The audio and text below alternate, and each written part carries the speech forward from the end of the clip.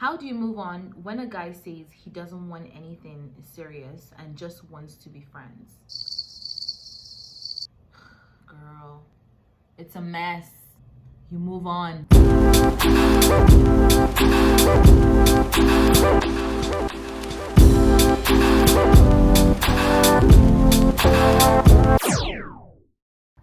Hi friends, welcome back to my YouTube channel.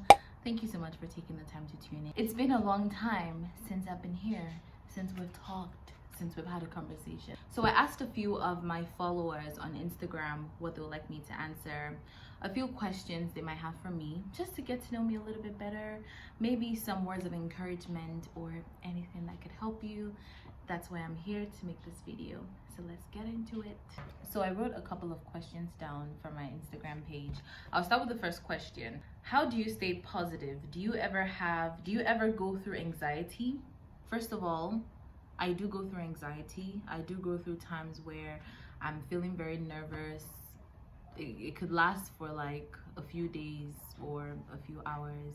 I do go through anxiety. I believe a lot of people go through anxiety, like most people or everyone at a point in their life.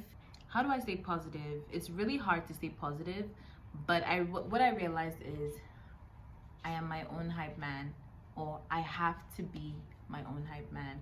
I stay positive by just thinking of my future. My dreams keep me positive. My dreams kind of keep me motivated. They kind of push me to like just stay positive and just like have high hopes for the future.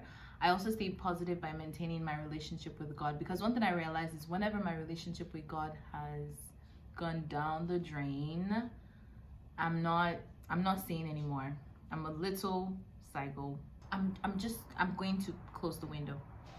So I really try to just stay positive. I know there's sometimes it's hard. We're going through so many things, maybe like looking for a job, trying to have children. I mean, not me.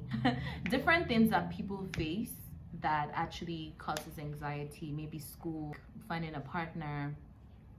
It's fine. You just have to be aware that your anxiety is not going to last for a long time. You have to stay positive for yourself. You have to try.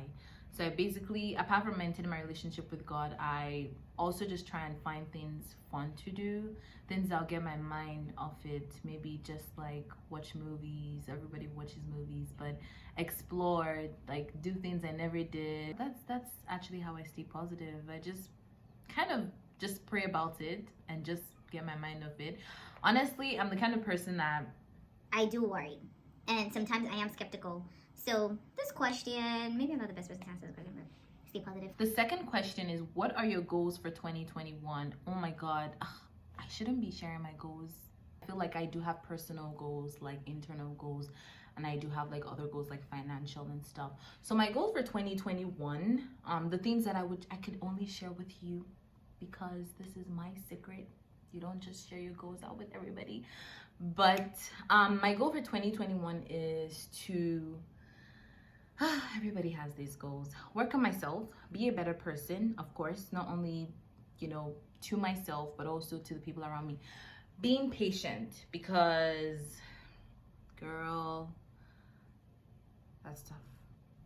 Being patient, loving myself, understanding people, not only being patient with people and situations, but also understanding them. Is that a Nigerian flag?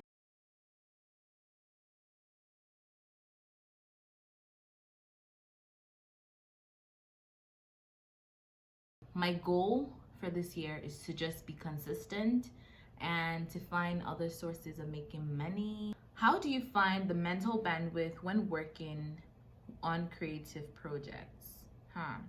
What makes me want to just go for it and just do it despite like the anxiety or the stress I might be feeling is the fact that I already started. Like, I already started, so I should just continue what I was doing. Also, I was watching Firefly Lane, or I don't know if it's Lanes, but it's a show on Netflix, and basically there was a part where I can't remember his name. Oh my God! But one of the main characters was basically just explaining, like, you know, gone are those days where you had time, Like, gone are those days where you had time to like do stuff, you had time to chase your dreams, you had time to work on that project, and they were in their 40s and like late 40s at that, like in the movie or in the show. Having said that, when I watched that scene, I was just like, wow, that's true. I should follow my dreams. I should work on those projects. I should do it now. Now is the time to do it, because there'll be a time, of course, you could still chase your dreams at 50 and 60. Of course, people get rich, they're millionaires, they, you know, they follow their dreams at 50 and it's accomplished, or 60 and older. But I just feel like I wouldn't have that energy. Like, I wouldn't even have that mental strength to want to do that at that age. So this is the best time. So whenever you're working on any creative project, you have to do it now, because if you don't try, you never know if it would be good. So that's always my thought. My thought is, to me, do it. Just do it. Even if it turns out messed up, even if it doesn't work, even if it's like, why did you do that? You know, just do it. Work on that project, because you never know. Let me tell you something. There was a girl who actually wrote a book and published a book. I think it's Salt by Naira Wahid, I think. I don't think that book was anything until a few years after, when people started finding the book on Amazon and they're like, wow, this book is amazing. Like, who wrote this book? When was it written? So see, chase your dreams, work in those projects. Whenever you're mentally down, gather yourself however you can, because you're not doing it for anyone else, you're doing it for yourself. Only you got you, girl, boy, man, woman. What's the worst part about adulting? Oh my god. Ugh, we're all going through it, aren't we? Because all these questions. Whew. The worst part about adulting is just realizing that you kind of, I mean, I love independence. I'm a very independent person in most things. Finding out that you have to pay your bills, that's fine. Because of course, after a few years of paying your bills, it's nothing. But finding out that you actually have to make certain decisions that would affect your life, your whole life. Like right now, maybe if you're going to university, that's a very big decision. Your parents might help you make that decision. But if you're choosing a partner, if you're choosing a boyfriend or a girlfriend, you might actually date this person till you're like, I don't know, 29, 30, 32. And that might be the person you get married to. So for me, I think it's just the aspect of making decisions where you're an adult now. You don't need to consult your parents for everything. You don't need to consult I mean, you can, absolutely, like you should. But there's certain decisions you have to start making, because again, you're even going to build your family, you're going to have your family, and you're not going to be consulting your family, your friends all the time. So for me, I feel like adulting, the hardest part for me is actually making very, very serious decisions by myself. It's now up to me to just trust that my decision would be right for me. And also about adulting, there's this realization that like, after all, life wasn't easy for our parents. Now I see it. How do you move on when a guy says he doesn't want anything serious and just wants to be friends?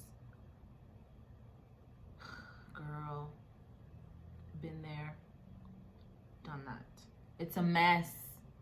You move on. I don't know what to say. I don't know how to say it, but you move on. You have to find the courage to move on, because whenever a guy says he doesn't want anything serious, he just wants to be friends, that means he's not as interested in you as you're interested in him. So it's best to just pack your bags, gather all your stuff, wear your earrings, wear your shades, grab your bottle of water, your keys, and bounce. Like, just leave. Depends on how the relationship is. Maybe you guys are very close friends and you happen to fall for him. That's different. He probably still likes you as a friend very much, doesn't want to lose the friendship, and doesn't just have feelings for you, and that's fine. But if it's a case where you meet this guy, he's talking to you, he's been talking to you, and he's suddenly like, we should be friends. The first thing, you have to understand there's nothing wrong with you, because that could cause a lot of internal struggles, a lot of internal issues. Oh, what's wrong with me? Is it because of how I look? Is this because of how I am, how I talk, how this? No. No, has nothing to do with you. What you need to do is understand that that's the first step. The second step, you have to determine if you're going to be able to be friends with him or not. Is this something you could do?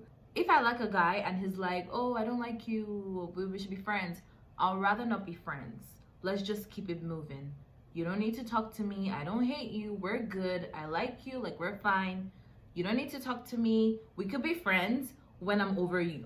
You need to figure out if you really like him. So if you really like him so much and you feel like if he keeps in touch with you, you're still going to have feelings for him. I think you should just cut it off.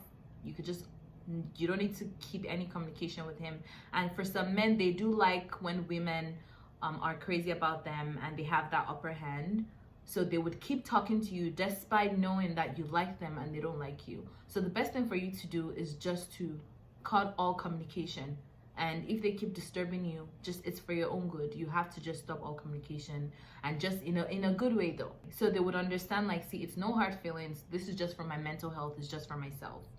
And before you know it, girl, and don't look at him. Don't go to his story. Don't go to his Instagram. Don't go to his Snapchat. Remove him. Don't have him. You don't need to have him. I'm just saying. Don't feel bad. You don't have to be feeling bad. I don't know why we girls have to feel bad about things like that. That brings me to the other question. My sister actually asked this question. She sent it to me and she was like, what do I think about like females having to like do everything? Like females, everything is just like, I'm not trying to be problematic. I know men have struggles. Like, I know. Like, I know. But the way society is set up, we just have to do everything.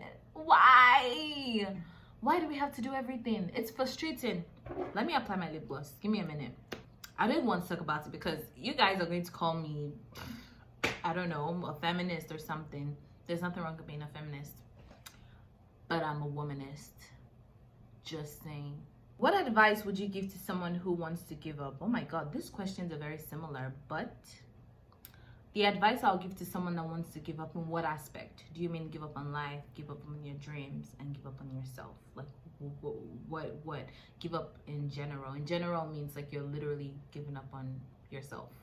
If it's giving up on yourself, you have to actually, it's really tough. It's a really tough journey, and this is not something that ends. It's never ending. It's kind of like a journey to self-love. And I know everybody's like, oh, self-love. No, it's a journey to self-love, and self-love is very important. Okay, now the first thing you need to do is understand yourself, know yourself. What do you want? Why do you want to give up? Why do you want to give up? Are you giving up on something you love and you don't have the funds to go ahead with it? Are you giving up on someone and you're not able to be with them despite how much you love them? Is it the circumstances? Think about it. Is it worth it? Is it worth giving up on? If it's life and if it's yourself, don't give up on yourself. You only have yourself. You can't give up on yourself. It's hard because there was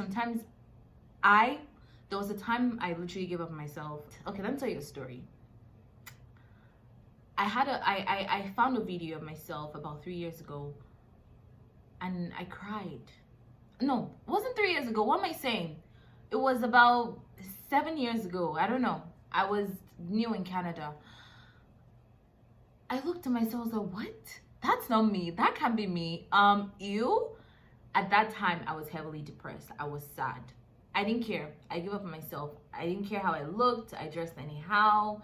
My hair was terrible. Gee, I don't even know what I was going through. Like, what to me? But my hair was bad. My face, I would just eat every and anything. I just didn't care. I was like, you know what? I don't care. This is life. Like, life is like this. Life's not so good. Life is messed up. Whatever. Who's looking at me anyway? Who cares about me anyway? And then I looked at that video. I was like, wow, what made me do that? I was kind of disappointed in myself for giving up on myself. Please don't give up on yourself. So I understand where you're coming from, where you're just like, I don't care. I don't care anymore. I'm not even going to do anything. I'm not even going to work. I don't care. Life is this. But see, let me tell you, this is what life is. This is life. Life is a journey. You have to keep going. It's like what's the name of that movie? Moulin? I don't know the pronunciation. Moulin Rouge. The show must keep going. The show must go on. Like, the show must continue. Whether you are, I don't know, whether you're sad, you're angry, you're mad, you've lost someone, the show must go on. That's life. So you can't give up on yourself. You only have yourself. Motivate yourself. Be greedy with yourself to an extent. Okay, guys, I'm going to be recording while my family is in the background. Sorry. I mean, doesn't matter. It's a vlog anyway. But they're so annoying. Oh, God. Another question is, what do you think about dating in our generation? What has changed? What I think about dating in our generation, I feel like we have missed it somewhere when it comes to love. When it comes to true love, I feel like we kind of missed it. That's the honest truth. Dating in our generation, there's hypersexuality. There's too much there's lots of speed dating, which is fine. Hypersexuality, I guess it's okay, but of course, like, because of that, people are expecting sex. People feel bad when they don't give sex. People want to have sex on the first day, which is fine. But then it's kind of like, what's the word? Because you guys are here, I'm nervous. Another question is, I didn't even answer that question. Just forget it. Where do you work? I work at Blue Cross. Of course, I'm working from home right now, but I work at Blue Cross. Please don't call me. Please don't look for me. Please don't search for me. You guys absolutely killed the vibe here. We were having fun. You guys, we're having fun until we did not say anything. they came. Hey. Until they came, and all eyes on me. Nobody's eyes on you. We're eating our food. What? The rice? Mr. Incredible. Everything's terrible. Go and buy. Go and put hot sauce. This food is not good, but I'm eating it. Why not use hot sauce to enjoy their food? Like, it's just terrible. Okay, guys, thank you so much for actually spending some time with me. The sunset looks amazing. Let me just give you a snippet.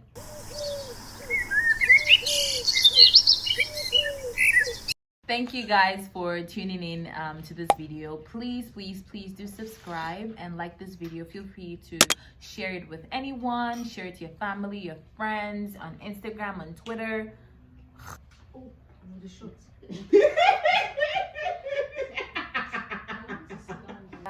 Thank you guys for watching. I'm going to be doing a part 2 on this because I haven't finished the questions.